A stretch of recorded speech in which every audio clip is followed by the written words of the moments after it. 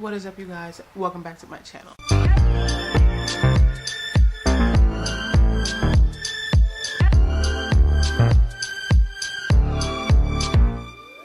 Bitch, I got a ring light. I don't know why I'm feeling so bougie.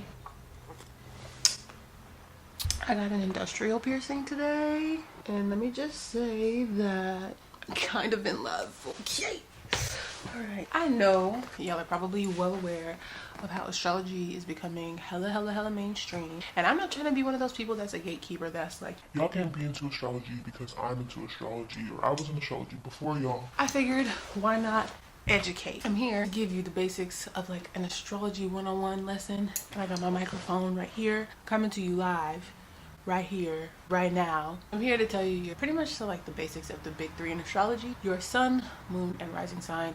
Your sun sign is probably the sign that you're most familiar with, that you already know about. Oh, when's your birthday? You say, oh, I'm born May 5th, you're a Taurus. Or I'm born December 12th, I'm a Sagittarius. That's your sun sign. You probably know what that is already. There are two other signs in astrology that really contribute to a person's personality, so I wanted to go into depth and to tell you what each one signifies and how they kind of play out in people's charts, okay? The sun in astrology represents first the father, but also it's your ego, your conscious mind, your pride, where you shine brightest, what you're intended to grow into in this life. You aren't necessarily born showing those traits precisely from a young age, unless your rising sign is the same as your sun sign. Yeah, sun sign is what you grow into in this life. So the sign that's most natural for you at birth is your moon sign. It's your instincts, your reactivity, your mother, your emotional nature, all those types of things. Let's get into the sun. So the sun is not very specific to you. That's why how people can kind of get or think astrology isn't that significant or isn't important or isn't real, because it's like, oh yeah, anybody can be a Taurus and that doesn't mean that this applies, and people are people in their experience. Yes, obviously that is very true. However, the sun takes about a 30-day transit through each sign, a calendar month, if you will, 30 to 31 days. Yeah, there are 360 degrees on a fucking astrology wheel. The sun takes 30 to 31 days to transit through each sign. So the likelihood of you being born with your sun sign is pretty freaking big. Yeah, you have a 30-day gap to be born with that particular sun sign. It's not too specific to you. There's so many people that are born with your sun sign. Oh, the sun's also your vitality too. So it's like, what is going to energize you? So kind of like Mars, but the sun gives life. So if wherever your sun is placed in your chart, that's going to be the area that gives you life, that makes you feel the most like yourself, like you're shining the brightest, like you're doing what you're supposed to be doing. It's like your purpose in a sense, kind of with the North Node, but we'll talk about North Nodes in another video. Yeah, like if say for instance you're a Taurus sun, you're gonna shine brightest and your conscious mind is gonna be more focused on things related to that sign. Naturally, that's kind of gonna be how you're governed, how you go about yourself, how you think about yourself. When you think about yourself in your highest light, and the way you think highest and most and the best light of yourself, that's your freaking sun sign. That's how you think of yourself, your ego. That's how you would describe yourself. Yes, your ego. Now, moving on to your moon sign. Your moon sign is your emotions, your reactivity. It's kind of what I like to say, you come pre-downloaded with your moon sign characteristics. It's not like necessarily the sun sign where you're growing into it and you're learning lessons in regards to it. No, with your moon, you come pre-downloaded to it. When you get in an argument with somebody, it's not your sun sign that's showing. It's the moon sign that comes into play. You react, that's your moon sign. Take the ego out, take your conscious mind away, and you got the moon sign. Yes, it's your instinctiveness, it's your pre-downloaded nature. It's how you experienced your mom. It represents the past and your childhood. Ooh, one of my favorite things to know about the moon sign is how somebody needs to be nurtured. So if you look at the sign of their moon and the house placement that it's in, that's how they need to be nurtured. That's how they receive gifts. That's how they receive others. That's what they need to feel emotionally secure. Yeah. If someone has a Pisces moon, they're going to need alone time and some type of escaping, whether it's through art or music or something, or some type of escape tendency, some type of spiritual otherworldly connection to something or someone in order to feel emotionally fulfilled. A Taurus moon like myself would need something to pleasure their senses. I need my home environment to look nice, smell nice. I need food to taste good. I need good sounding things around me. I need good smells. I need good looking clothes, or just things that make me feel secure and like my sensual needs are being met. Someone with a Cancer moon is going to have very strong ties to their mother, etc., etc., etc. look up what the sign means, and that's how that moon sign is going to play out, and that's what that person is going to need to feel emotionally secure. However, the signs do behave differently when it's on a different planet, so be mindful of that. I also want to say your moon sign is irrational. It's not necessarily the most rational thing, because remember, it's not your conscious mind, it's not your ego, it's reactive, and reactivity isn't always rational. When you're in an argument with somebody, that's not always rational, unless you've mastered and you're like, all right, I need to stay calm, this is who I am, I know X, Y, and Z. Someone with the Aries moon, when they get mad, they probably are quick to anger and quick to be impulsive and say shit that they don't mean, or be really daggering with their speech. An Aquarius moon is probably going to detach when they feel emotionally insecure, or they're going to feel, you know, I don't want to say so much antsy, but just kind of flighty, and they could even be like cutting, because Aquarius is nonchalant and just like ugh.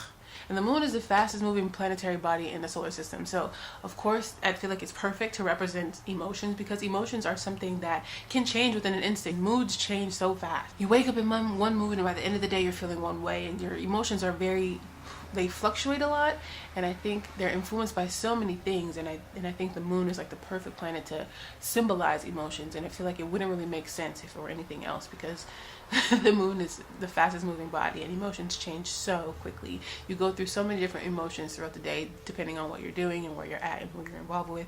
So for sure, I feel like the correlation between the moon and how fast it moves and what it affects, and it being water and water representing emotions, I feel like it all makes perfect sense. So that's kind of, if you need something to remember, like what represents the emotions in an astrology chart, think moon, the fastest moving thing in the sky. Moon is more specific to you than the sun sign is, yes? So the moon is a 2.5 day transit, yes? So if the moon takes 2.5 days, you only had a 2.5 day period to be born with that moon sign, and even more so, you only had a 2.5 day period to be born with that moon sign and your sun sign combined. You get what I'm saying? So the moon is even more specific to you than your sun sign is. You had a 30-day transit, you had a 30-day chance to be born with that sun sign, but you only had 2.5 days to be born with that sun sign and that moon sign. Yes, the moon represents the mom. So say for instance, if someone has moon in Capricorn being a sign associated with karma and working hard and restrictiveness and absence and things like that, so you might have experienced your mom as being absent, or really concerned about money and not so emotionally there for you, but she was very much so about her career and into making her status in the world, so she wasn't present in your life at all, and you were maybe raised by your father or raised by a grandmother of sorts. If your moon's in Taurus, you probably experienced your mom to be somewhat of like a provider, someone that provided you with a lot of material things and met all of your needs when you needed them to be. You probably didn't have to budge for much. You didn't see her as lazy. She worked hard, but she might not have been too emotional. She seemed stable. She provided stability for you. If you have an Aries moon, you probably experienced your mom to be pretty impulsive. You probably experienced your mom to be pretty impulsive. You probably experienced your mom to be rather quick to anger. Also, it's like your childhood environment. You're looking at it the same way with the moms. Or let's say if you had a Sag moon, you probably experienced your childhood environment was full of learning and higher knowledge, not so impulsive, I want to say, but kind of like fleeting, kind of left you to discover the world on your own. You had the ability and the freedom to discover your world on your own, and in order for you to feel emotionally nurtured, you need freedom to emotionally discover, whatever you want to discover, I guess. And Cancer moon, you probably were really sheltered as a child. I think if you have a Cancer moon, your mom probably didn't let you do much. You probably felt not constricted, but you felt like you probably couldn't go as far as you wanted to emotionally within your childhood spaces, or no one really understood your emotions, and you had to protect yourself with your hard shell exterior. Bringing those emotions out usually happens a lot when they're older, and Cancer moons tend to have a lot of mom issues because they're so connected to the mother. They love the mom so much, and they experience their mom in such a special and deep way that they are very attached to her, and sometimes in ways that are unhealthy, not necessarily the most healthy attachment. Not to throw Cancer moons under the bus or nothing, but get this, your rising sign or your ascendant sign, or the sign on the first house cusp, is the most specific sign to you in your chart. You only had a 2-hour window to be born at whatever rising sign you were. That's why the time of birth is so important. And then even more specifically, you only had 4 minutes to be born at the degree of your rising sign. Perfect example, myself. I'm a 29 degree Aquarius rising with 47 seconds. If I had been born 1 minute later, I wouldn't even be in Aquarius rising because it's the final degree of Aquarius. Each sign is 30 degrees going from 0 to 29. I was born at 29:47. So I had less than a minute left to be born with an Aquarius rising. Very, very, very specific, because it was like at a crucial point. It was going to change signs. It wasn't even like, in the middle of the 2-hour mark where it would have just been a different degree. No, my rising would have been a completely different sign had I been born 1 minute later. Your rising sign is so specific to you, with the fact that it sets up your whole chart. So say for instance, if the chart is a circle and there's 12 houses in each chart, and the ascendant or the rising sign is the first house cusp, and I have an Aquarius ascendant at 29 degrees, my first house is set up at Aquarius, and my second house is Pisces, and third house is Aries, so on, so on, so on, so on. However, if you have a different rising, say for instance you have a Sagittarius rising, your first house cusp is Sagittarius, your second house is in Capricorn, likely third house, it goes in order. So it sets up how each area of your chart is governed by what sign. So that's even more, it's so specific. So the time of birth is so significant. But let me explain to you what the ascendant sign is. So not only does it set up the chart and is the first house cusp, but it represents more so, or it correlates more so with your physical body and how you express yourself to the world, how you come off and how others receive you upon first interaction, and also how you approach the world. My friend described it so perfectly. Shout out to Wednesday Tarot and EG Mystic on YouTube. She the best. That's my girl. But it's the prism you see the world through. So everything in your chart, your sun, your moon, your Mercury, your Venus, your Saturn, your Mars, all of it, all the planets in your chart are filtered through the lens of your ascendant. So because that's how you come off to the world. So you could be a Pisces sun with an Aquarius rising like me, but I have a Leo Mars. So my Leo Mars, yeah, you'll see it, but it's going to be filtered through an Aquarian lens. And just like my Pisces sun, yeah, I'm a Pisces sun, but I might not come off as Pisces because my Pisces sun is filtered through the lens of my Aquarian nature. And my Taurus moon is filtered through the lens of my Aquarian ascendant. So your ascendant is how you see the world, but also how your chart plays out, because it sets up your whole chart. And you have an Aries rising and a freaking Cancer sun. Your Cancer sun is going to be filtered through that Aries rising. You're going to seem pretty combative before people see your soft and sweet and nurturing nature. People are going to probably think you're mean upon first meeting you, and things like that. You might come off blunt. When they see who you grow into and your true ego mind and how you think, then they're going to be like, oh, for sure she's a Cancer. You get what I'm saying? It doesn't take away your emotionality. It just changes the way that it's expressed. So that's your rising sign. Let me see if I left anything out. Oh, it also determines your chart ruler. Your chart ruler is determined by your ascendant sign, because each sign has a planetary ruler. So you have, let's go through all the signs. So we have Aries is ruled by Mars. We have Taurus ruled by Venus. We have Gemini ruled by Mercury. We have Cancer ruled by the moon. We have Leo ruled by the sun. We have Virgo, also ruled by Mercury, like Gemini. They share a ruler. We have Libra, also ruled by Venus, just like Taurus. We have Scorpio, traditionally ruled by Mars, but co-ruled by Pluto. Some signs have co-rulers, or two planetary rulers, because before, in ancient astrology, before we knew that the outer planets really existed, we could only see 7 planets up to Saturn with our naked eye. So each sign only had the option to be ruled by the first 7 planets. So signs share rulers. And then when we discovered the outer planets later, we found some correspondence and a way for them to symbolize different things. And then we added co-rulership to astrology, so that the traditional meanings of astrology held their significance, but then it just added a deeper insight with the outer planets. Hopefully that makes a little bit of sense, because I had a little bit of a hard time understanding rulership in the beginning. So Scorpio is co-ruled, traditionally ruled by Mars, modernly ruled by Pluto. They co-rule the sign. We have then Sagittarius, traditionally ruled by Jupiter, does not have a co-ruler. Capricorn is ruled by Saturn. Yes, no co-ruler. However, Aquarius is also ruled by Saturn, but co-ruled by Uranus.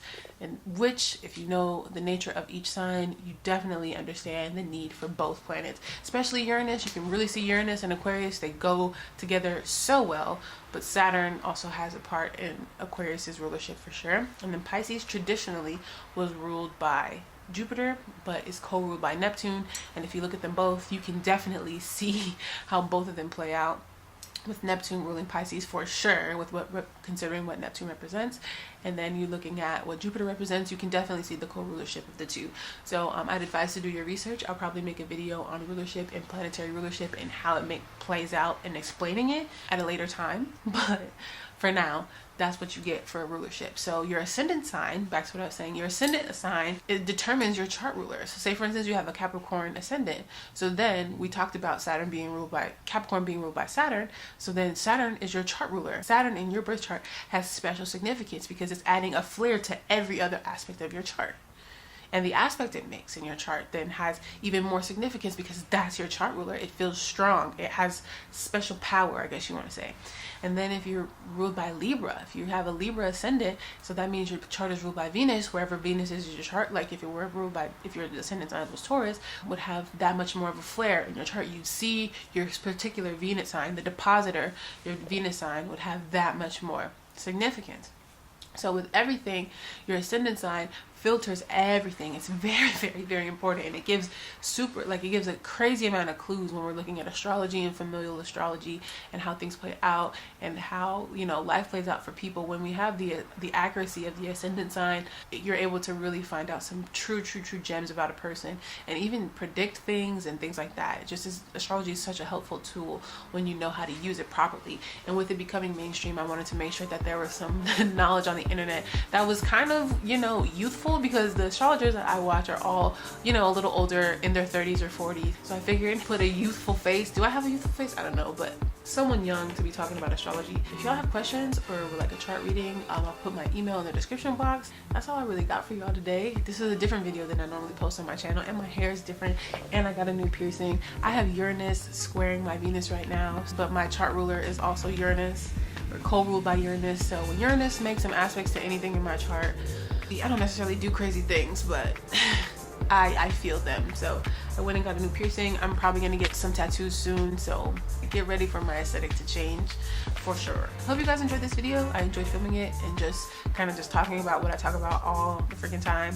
Make sure you guys follow me on Twitter and Instagram. My username is @Chioma Naomi, and that's all I got for y'all. I hope y'all are having a wonderful week. I will see y'all in my next video. Comment down below if you want to see any more astrology videos, but I have quite a bit of them planned. I'm not telling y'all. Until next time, bye.